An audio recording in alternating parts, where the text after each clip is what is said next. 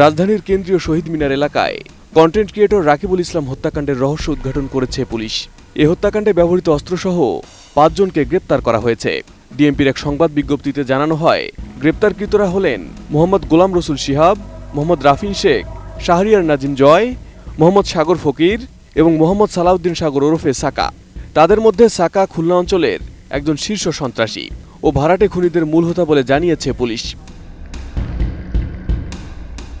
Police সূত্রে জানা যায়, গত ১৫ই মার্চ রাত আনুমানিক ৮:৩০টার দিকে শাহবাগ থানাধীন কেন্দ্রীয় শহীদ মিনারের পশ্চিম পাশে মোটরসাইকেল পার্ক করার সময় রাকিবুল ইসলামের উপর অতর্কিত হামলা চালায় ৫-৬ জন যুবক।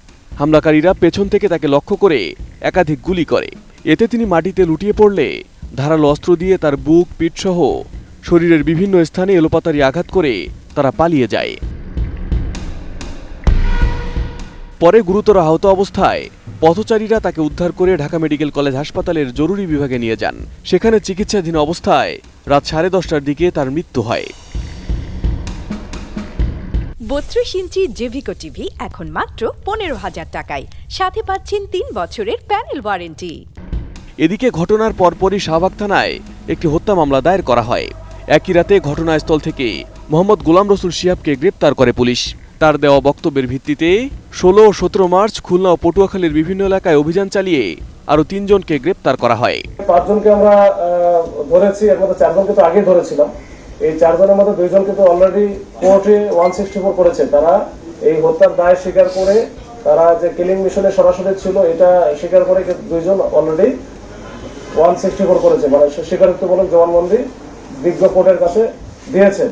আর বাদ বাকি যে ২ জন আছে, ২ জন কিন্তু আমাদের কাছে রিমান্ডে আছে এবং তারাও কিন্তু প্রাথমিকভাবে আমাদের কাছে স্বীকার করেছে এবং তারাও ইনশাআল্লাহ কোর্টে 164 দেবে।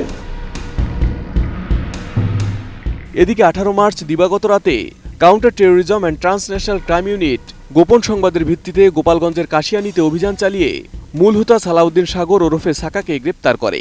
এ সময় তার কাছ থেকে হত্যাকাণ্ডে ব্যবহৃত একটি পিস্তল ও ৪ রাউন্ড গুলি উদ্ধার করা হয়। কিলিং মিশনের সাথে যে শুট করেছে তার নাম ছিল আলামিন। তো আলামিনকে আমরা এখনো পর্যন্ত ধরতে পারি নাই, যে শুট করেছে আর কি।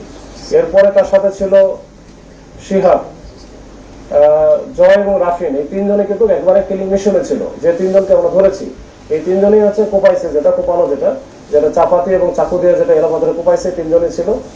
আর সাগরও ছিল ওইখানে, কিন্তু সাগর কোপায়নি, বা সাগর ওইখানে ওদের একসাথেই ছিল। পুলিশ জানিয়েছে, সাকার নেতৃত্বে একটি ভাড়াটে খুনিচক্র কাজ করত এবং পরিকল্পিতভাবে এই হত্যাকাণ্ড সংঘটিত হয়েছে।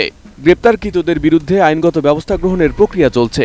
একই সঙ্গে এ ঘটনার সঙ্গে জড়িত অন্যদের গ্রেপ্তারের চেষ্টা অব্যাহত রয়েছে। Arif Hasan, ATN news.